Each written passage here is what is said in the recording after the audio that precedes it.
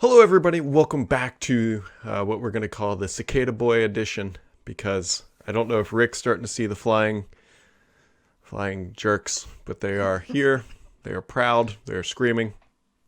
I've got double delight here. We also have cottonwood trees doing their thing Mm. up in the 614 right now. And like literally, my driveway, it looks like snow, but the cottonwood trees are sneezing all over my driveway. And it's weird because I must have a bunch of them right there because Hmm. over here at the gig, it doesn't have it, but at the crib, I do. So it's really annoying. But yes, we've got those bugs coming back. And yeah, I'm not too worried about it. It's just a short timer, but I'm so busy I can't get out and enjoy it anyways, or enjoy. Yeah, they last like 4 to 6 weeks, something like that. So by 4th of July, they should be all gone. Hopefully, maybe. Unless, I don't know, 2021 throws another wrench into whatever. Nothing surprises me anymore, Yeah. boss. I'll tell you. That's why I was like, well, in theory, historically speaking, but here we are. Here we are. Diving into the news, Rick, there was there's a couple big things to talk about, but the primary one was that Microsoft, and this shocked me a little bit, but they committed to keeping all EU client data inside the EU. They had already allowed storage, so all your data was stored, but now, well, starting next year, I believe, they're going to allow all processing, so your data, your ones and zeros will never go outside the great EU boundaries. At first glance, that's like, that just sounds like a compliance move. Mm-hmm. I actually dissect that as a more independent processing move, meaning Oh. think about some catastrophic failure, that scenario. I'm not saying it's happened or Mm-hmm. could happen, but a scenario where some like master controller in Redmond or in US West goes offline and prohibits anything in EMEA or anywhere else around the world from doing what they want to do. So it's just another layer of autonomy with the technology inspired from Microsoft for all of the different services. And I'll be honest with you, it's probably a good deal because I was Mm-hmm. caught in the middle of something. Oh, you can see it, the fancy shoes back there, right? Yep. Like, it's really weird across all the different locales in the world. Mm-hmm. Like we're giving away a pair of these shoes, or actually three pair of these shoes, or something like that. But like it's very specific on what countries can and cannot win, and it's like it, everything from giveaways to the GDPR of it, the randomness and the tax Mm-hmm. implications, all these details. I'm not good at details, but I know that when you don't mix EU and non-EU, that's probably a good thing. But it Yeah. also paves the way for a completely autonomous technology deployment. So I see two sides to it, and I think that's actually just it's a maturation move, honestly. Yeah, I fully agree. While not everybody will need it or want it, but if that option is desirable, makes your life a little bit easier, especially from a legal compliance perspective, Microsoft will soon offer that through the Azures, if you will. That's Um, right. New logo and all. yeah, new logo. I forgot about that. They have the new. It's kind of looks like an A. It's Good thing I didn't go get it tattooed as it was. still time. Still time, I guess, if you really want to go all in on that. No. What are the other? I actually totally glossed over this because it's burned into my brain. A little bit of infrastructure news on the site. Petri is now 100% cloud powered. We made a migration last week. Yeah. And we are now actually, we're not running on Azure though, Rick. We are running on the AWS. I think as long as you're running on a cloud that starts with an A, that's okay. All Well, right. so here's no joke. What are the biggest reasons why? On Petri, some of our biggest traffic days are actually when Azure goes down, and so we cover that from a news perspective. And so when there's a hiccup in the Microsoft 365 world or whatever, I can't have my site go offline. So we have to use it on AWS because the likelihood of AWS and Azure going down is a pretty slim chance unless there's some catastrophic event that happens in the world, at which point it doesn't really matter anyways. But that's how we ended up over there. Yeah, I don't know. I mean, I think, yeah, you're right. Your busiest news days, but my advice would be host it in a region that is not like in Amazon. I hope, Brad, you please tell me you did not put it in US East 1. No, it's not. Thank goodness, because that's the one that always has the problems, right? Because it's like first in line, it's the most deployed. Mm-hmm. US East 2, by the way, is here in Central Ohio. And around our Circle Highway 270, you can see the one side of it, and then enough miles away on out the woods is the Yep. other. And they're building another site to it. So it's actually interesting to watch it grow and scale, right? Because you don't Mhm. really, most people don't actually see these Oh yeah. facilities. I can't go in there, but I've got No. backup data in there. But that being said, um, you know, if I was going to build Corey Quinn, the Hmm. notorious AWS heckler, maybe is the Yep. best way to title him. Yeah. You know, critiques different regions and stuff. But one thing that's pretty um, clear advice is don't put your critical stuff in the ones that have the most issues. Yeah. So yeah, US East 2 is a good one. But now that being said, I think it's okay, but I think you know, if you would have picked like maybe the Azure Canada, or that's a Mm. different set of problems, or maybe the North Central, you probably would have been okay. Yeah. But it really depends on what you need, right? If you're using, you know, the CDN and you're using the, you know, different app services and stuff, you know, I talk to customers all the time that are really working to not use both clouds because multi-cloud is kind of a bad idea-ish, you know, but yeah, No. okay. Why? It Why doesn't would you say it's kind of? I would love to. well, well, the reason why is there's inconsistencies, right? Hmm. Now, the reason why they get into that is because XYZ developer has a skill Hmm. in this on AWS, and ABC developer has a skill on that in Azure. Hmm. And they just do their own things. And, you know, the best way to, this sounds really janky, but it makes sense to traditional IT people, is like it's your Linux people and your Windows people. Um, Yeah. Forget operating systems, but they were different disciplines, right? How a Linux server was deployed was different than how a Windows server was deployed on-prem. And some of the cloud things are like that. In fact, I spoke to one healthcare org. They said, quote, our shadow IT group functions in AWS, but our production IT functions in Azure. That's literally what they said. And I Hmm. was like, okay, it's like that. But you know, then what you also find is you don't have consistent spend analytics, you don't have consistent security policies, and you don't have consistent networking setups. Those are the areas that are going to bite you. I think the actual service delivery is going to be fine, but when you think about, you know, networking, security, cost management, those are the areas that are going to be potentially inefficient with multi-cloud. Hmm. Just saying. Interesting. Well, I'm going to dive right into the question of the week because you started to hit on it. We had a reader question come in and says, does Rick have any opinions on using CDNs or content delivery networks, in which to use or when to swap one out for another? Because I believe Azure offers a couple. They have their own. There's Verizon. There's a couple other that I believe you can choose from.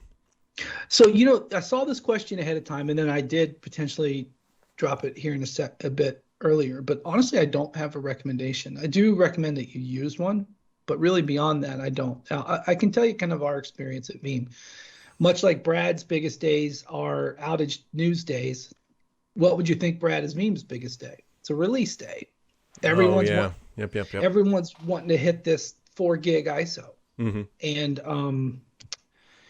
I'm not good with numbers, but I believe since February, like we've had this thing downloaded like 400,000 times or Wow. something like that. But like on day zero or the Sure. release date, it's a busy day. And like even AWS CloudFront can't keep up, Hmm. right?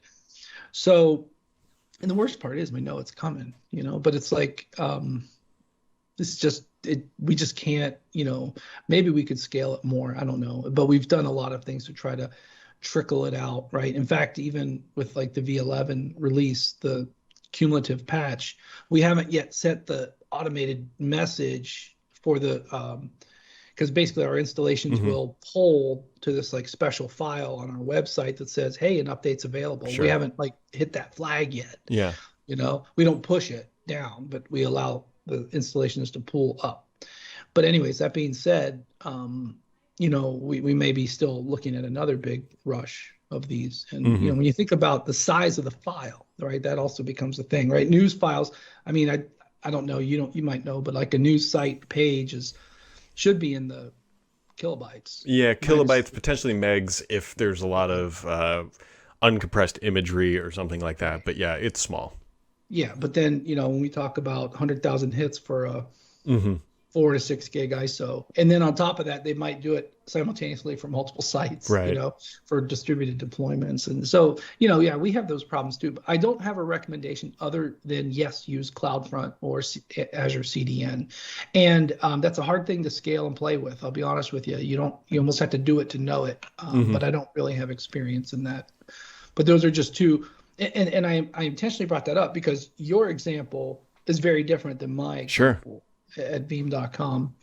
And, maybe if you talk to individuals who have administered websites and stuff like that, that might give you some of that perspective. And then look into like little janky tricks in the middle. Like maybe if there's going to be a spike, if it's backed by like Azure Storage, promote it to hot for a week, and then demote it back to cool. Those are little tricks you can do dynamically that will, give you a performance bump when you need it, type of thing. Yeah, it's when you're talking about bursting and all that, that's the challenge that we have when we were looking at scaling out and bringing our service to the cloud. Like we knew what we had on-prem, but our content industry is very cyclical, right? We know that between roughly 8 a.m. Eastern time and about 1 to 2 p.m., somewhere between there, like we're going to have probably the peak traffic for the day, unless something happens, and then all of a sudden at 6 p.m., we've blew through what we standardly do all day in 15 minutes. And right. So one news matter, one article. Yep. And then, the ops part of it is gone. Yeah. Right? Maybe there's an opportunity to automate some of this stuff, right? But, that's a whole nother generation of technology I'm not ready to tackle yet. Yeah. There's a lot of complexity involved with it, and that's where you run into people who are like, well, what is a network engineer doing? Like that is exactly.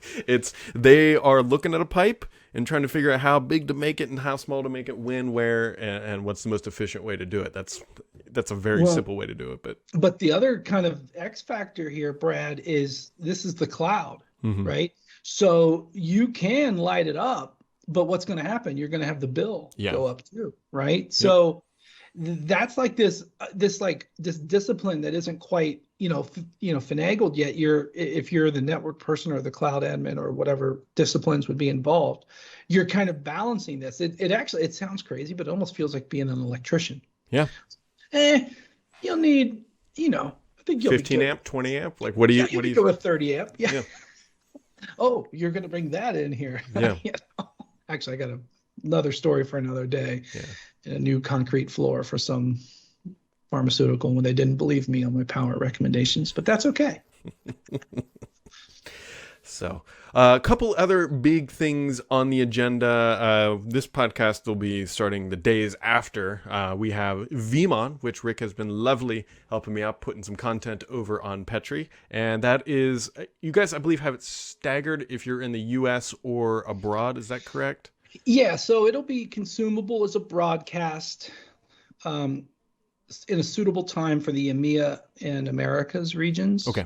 With an asterisk that if you're in France, Germany, Italy, Spain, a couple other specific language markets, there will be one, like a local-ish in local language, only at a different time. Okay. Because I'm like, why do we only have 100 people from Germany? It's our second largest country market, but that's why they have a separate event just for, actually that one will go for Austria, Germany, and Swiss. But anyways, but most of the rest of the world will be doing their own and aligning to that. And then a second quote unquote broadcast of what happened the first time for the APJ region. So Australia to Korea, Asia, all that. New Zealand, and I missed a few countries in between. And it's 2 days. So, and then afterwards, depending on when this podcast goes out, you can consume it on demand, right? So that's also really good. And, I did drop a post over at the Petri site. You did? Both myself and Kirsten. I got some good news, by the way. One, on my post, I kind of navigated, if you're interested in the disciplines of Azure, Office 365, I kind of scoped it just for you because with something like Veeam, you could fall into VMware, you could fall into like storage arrays, you could fall into AWS and Google, and that might not be of interest, right? So I tried to scope it a little bit. I thought that's actually an interesting way to kind of promote an event, and I kind of like that format.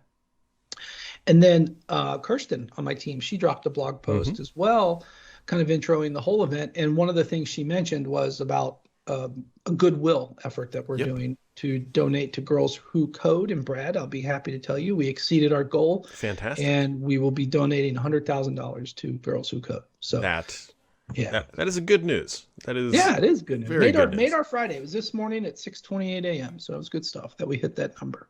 That's a great way to start a Friday. Yeah, and I can't wait till it's over though. That's I it's know. so I mean, a virtual event is a little bit easier, but not that much. And like they gave us these like fancy shoes that you I'm the mirror image. There you go. Those shoes. And they even Hmm. say Rickathon on them, right? We're giving away a few pair, but I can't wear them. They're too fancy. Like, Leather shoelaces, oh, a steel tip on on the shoelace. I mean, I've never seen a fancy shoe like this. I'm a simple guy, man. yeah, I'm a boat shoes kind of guy. It's like I got boat shoes that come in new. Those become like Yeah. the daily wears. The daily wears transition into grass cutting shoes, and then there's always like the old shoes for when you know Yeah. you're going to be doing something that's going to destroy Yes. them. You can't even go into the hardware store with those things. They're so Exactly. It's like you're going to top coat your driveway. You're going to ugly. blacktop it. Like these are the shoes, Yeah, and it's like a tiered storage management of your shoes. TSM, tiered shoe management. that's that Exactly. is that is one way to describe them. That is I would never have thought of that, but that is absolutely true. Hey, technology mirrors life in more ways than you think, Brochito. Yeah. The other event that people should be aware of that will be covered extensively on Petri as well is Build. Will be happening next week as well, and there'll be a bunch of Azure related announcements coming out of that event too. Yeah, it's funny. I just started my planning for Inspire, the partner focused event too. It's Oh like yeah, there's this rolling cycle of Microsoft events through that's the not in summer. person though. It's going to be That'll be virtual in July, but yeah. we're starting our planning for it. But yeah, Gotcha. I used to be allowed to go to those. Then Microsoft said we aren't allowed to go to them anymore. I can understand why. Oh, I totally understand why. They're the reason why it was my favorite event is you had all these 'Cause partners getting inside information and like they're like, okay, here's all these people we just told stuff that we don't want publicly released. Let's put them next to let's journalists just bring some and press in. alcohol. Yeah. Oh yeah, truth serum. And so, yeah, that's why they stopped allowing us to go to that stuff, which is unfortunate. So, anyways, what else you got, Rick? Everything going well on your end? The sun is out. The cicadas are crawling. The weather's warm. Nothing else big major to report. Going to get on the bicycle this week, this today actually, Hmm. and I got this VMON situation going on, and just a lot going on. It's and believe it or not, a lot of in-person events. No joke, Brad. This week we're recording the week of the something here, but I came in Monday, Yeah. and no joke, 4 events confirmed as a go in Nice. the next 6 weeks. And they're all the ones that are like focused on Office 365 and SharePoint services and stuff Hmm. like that. And what we found is that, Microsoft events do a really good job, like, especially there's this large network of independent Microsoft events. Some of them go by 1105, but then some of them are even just legit independent Yeah. events, city market situations, and a lot of those confirmed as a go. So like we're scrambling, like, because it's great. We're getting to book trips, and it'll be different, Hmm. I'm sure, but the Veeam team and I won't be going to all of them, but Corinne on my team, who she has a specialization on M365. She'll be going, and Kirsten as well. Gotcha. And then I'll join I think I'm going to the Dallas one in either Okay. August or September. But like they It's all just coming like back. it's starting. I'm telling you, man. And this will be a lot more domestic, right? I'm not going to Hmm. be flying to like, I don't know, Nairobi or something just yet. But Yeah. I think this is going to resume a lot for at least from the communities I'm entrenched in with my role here at Veeam. It's going to be very domestic for now, but I'm telling you, man, it's the best way to explain it is it got weird when everything started closing in March of last Hmm. year, awkward and uncoordinated. It's actually starting the same way. It's kind of Yeah. very point to point, coming back and inconsistent. So it's basically a mirror image of how we got into this. If that's my personal opinion. Yeah. Which makes sense, especially because a lot of people are trying to find out when's I don't like to use the Gartner term, but when's that magic quadrant of time when you can have enough, runway to plan an event, then to get it, because then you got to get people there, which although honestly might be pretty easy now, because I think everyone's like, hey, you want to go to an event? It's like, yes. A lot of pent up demand. Absolutely. Yeah, exactly. So we will be looking out on your road travels here. We haven't done a road podcast in a long time from any Catch of the me coasts. if you can, but it's going to come up. It is. We're getting close to that. I don't even want to call it season. I'm just going to call it normalcy or whatever you want to call it. So very much appreciate your time, Rick. We'll drop some links down below to VMon, to some of Rick's posts about all this content and build as well. To everybody else, thanks for tuning in. We'll catch all of you right back here next time.